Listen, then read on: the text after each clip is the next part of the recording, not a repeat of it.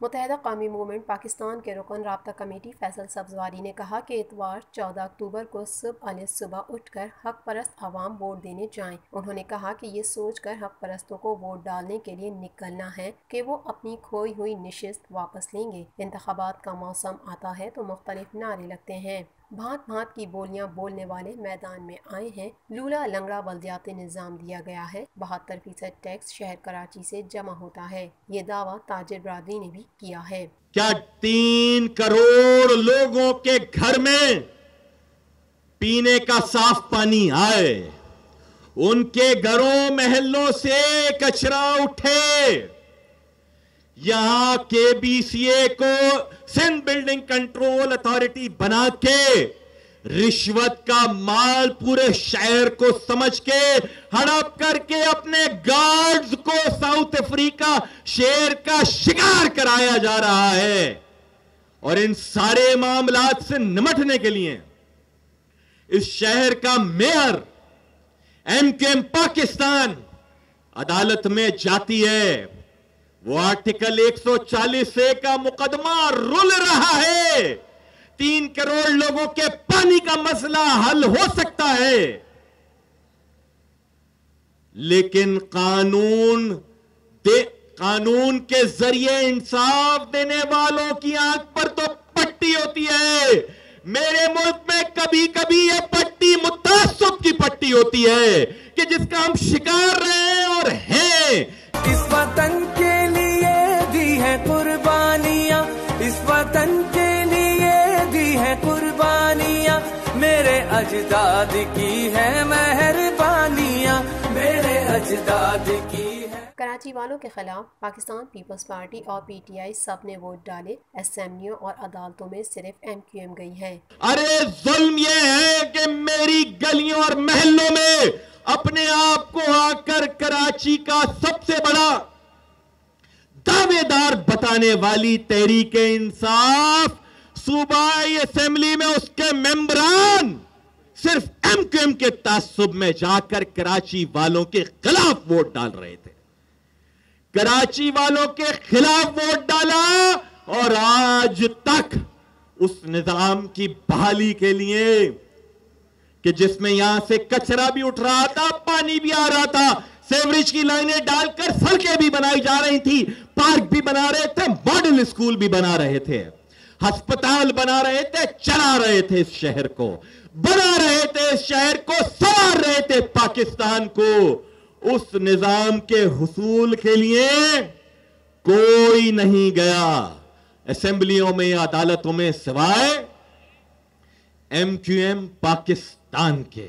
25 जुलाई को जो कुछ हुआ सारी दुनिया ने देखा। सारा सिस्टम इलेक्शन कमीशन ने बिठाया ताकि रैंकिंग हो सके। रुकन राब्ता कमेटी और रुकन सूबाई असेंबली ख्वाजा इजहारुल हसन ने कहा है, हमारे खिलाफ काम करने वाले एक भी निशिस्त नहीं ले सके। सारा पाकिस्तान यहाँ इलेक्शन लड़ने आ गया, लेकिन आप लोगों को सलाम है, हमारी जितनी भी सीटें आई हों, जिसने हमारा नाम और निशान मिटाने की कोशिश की, आपने उसे तहस नहस कर दिया, एक सीट नहीं निकाल सके।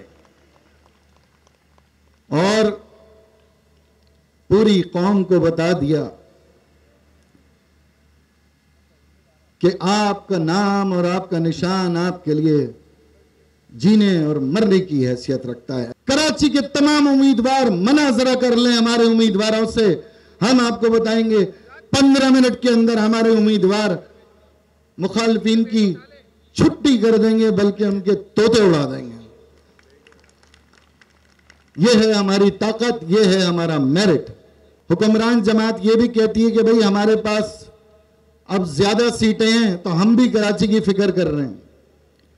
तो मैंने उन्हें कहा आपको फिक्र करनी पड़ेगी, और हमारे पास अगर कम सीटें हैं तो वजन में 24 से ज्यादा भारी हैं, आपको पहले से ज्यादा फिक्र करनी पड़ेगी। और वो बकौल शायर के, आप कहते हैं सब कुछ होगा, हम कहते हैं कब कुछ होगा।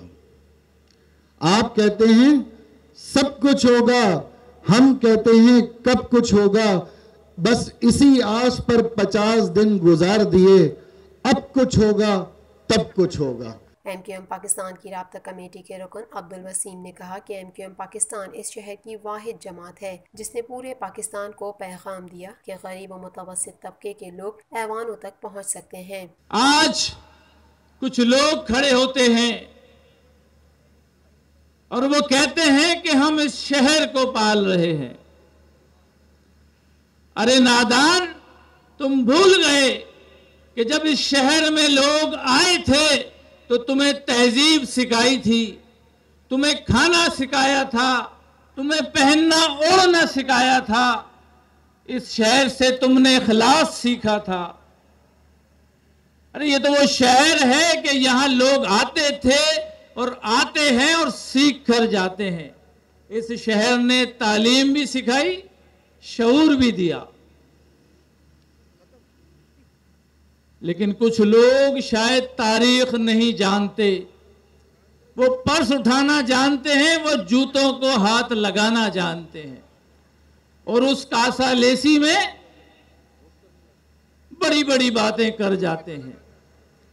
जिन्होंने पाकिस्तान बनाया ना वो क्रिमिनल है, ना वो गद्दार है, ना वो बदतखोर है, ना वो इस शहर में क्राइम करते हैं, बल्कि वो इस पाकिस्तान को पाल रहे हैं।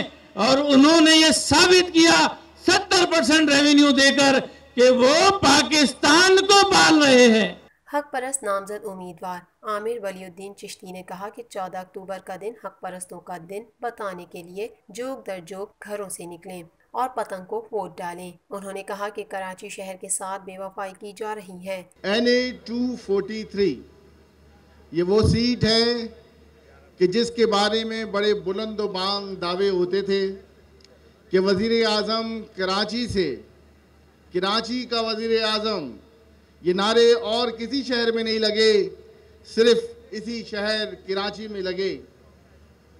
और एक बार फिर जो कराची के शहरियों के साथ होता था वो इस दफ़ा फिर हुआ, बेवफाई और वादा खिलाफी।